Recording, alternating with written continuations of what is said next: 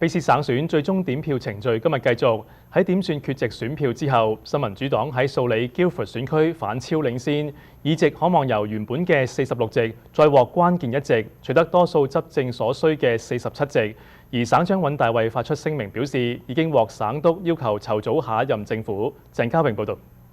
卑詩選舉事務處今日進行第3日嘅最終點票程序，點算22000多張嘅缺席同埋特別選票。喺素里 Guildford 選區，原本落後嘅卑詩新民主黨候選人 Gary Beck 以些微票數反超，領先保守黨候選人 Honfia Singh Randhawa。若果領先情況持續至最終點票嘅結果，將令新民主黨嘅議席由46席再獲關鍵嘅一席，取得多數執政所需嘅47席。素里 Guildford 選區成為今次卑詩省選最關鍵嘅選區，一旦新民主黨候選人 Gary Beck 翻盤成功，將令新民主黨嘅議席由46席再獲關鍵嘅一席，取得多數政府所需嘅47席。